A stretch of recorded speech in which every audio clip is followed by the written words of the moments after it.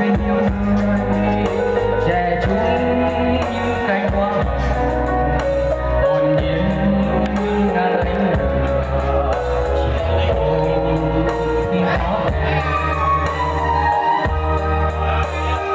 cây đã mọc mùa nào trên đồi núi thật cằn khô cây có hiểu vì sao chim thương kéo về làm tổ và em như chim nắng từ những cành buồn yêu và tôi vẫn nhớ hoài một lời thấy sống gần nhau thật mới thật có một cây là có và rừng sẽ lên xanh đừng như đất quê hương